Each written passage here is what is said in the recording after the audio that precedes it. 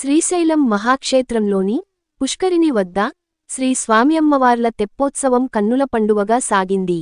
మహాశివరాత్రి బ్రహ్మోత్సవాలను పురస్కరించుకొని శ్రీ భ్రమరాంబ సమేత మల్లికార్జున స్వామి వార్లకు ఆలయం సమీపంలోని పుష్కరిణి వద్ద అర్చకులు, వేదపండితులు శాస్త్రోక్తంగా పూజలు నిర్వహించి తెప్పోత్సవం వైభవంగా నిర్వహించారు.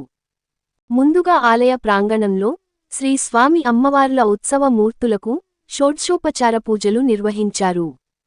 అనంతరం ఉత్సవ మూర్తులకు ఆలయ రాజగోపురం నుండి పుష్పాలంకృత పల్లకిలో ఊరేగింపుగా తోడ్కొని వచ్చి పుష్కరిణిలో ఏర్పాటు చేసిన ప్రత్యేక తెప్పపై ఆసీనులు చేయించారు. అలాగే విశేష పూజలను అర్చకులు, వేదపండితులు నిర్వహించారు.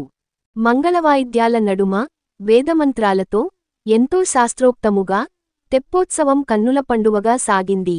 తెప్పోత్సవాన్ని తిలకించేందుకు వేలాదిమంది భక్తులు పుష్కరిణి వద్దకు చేరుకుని స్వామియమ్మవార్ల తెప్పోత్సవాన్ని కన్నులారా చూసి తరించారు. వివిధ రకాల పుష్పాలతో చేసిన ప్రత్యేక అలంకరణతో విద్యుత్ దీపకాంతుల నడుమ ఈ తెప్పోత్సవం ఎంతో కళాత్మకంగా రూపొందించబడింది. తెప్పోత్సవం అలంకరణకు ఎరుపు బంతి, పసుపు బంతి, చామంతి, ఆస్టర్, జాబ్రా మొదలైన పుష్పాలను వినియోగించారు.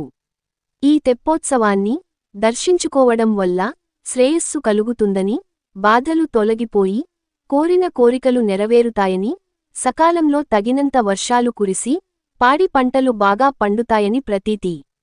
ఈ తెప్పోత్సవంలో నంద్యాల జిల్లా కలెక్టర్ రాజకుమారి యో శ్రీనివాసరావు పెద్ద ఎత్తున భక్తులు పాల్గొని స్వామియమ్మవార్లను దర్శించుకుని మొక్కలు తీర్చుకున్నారు.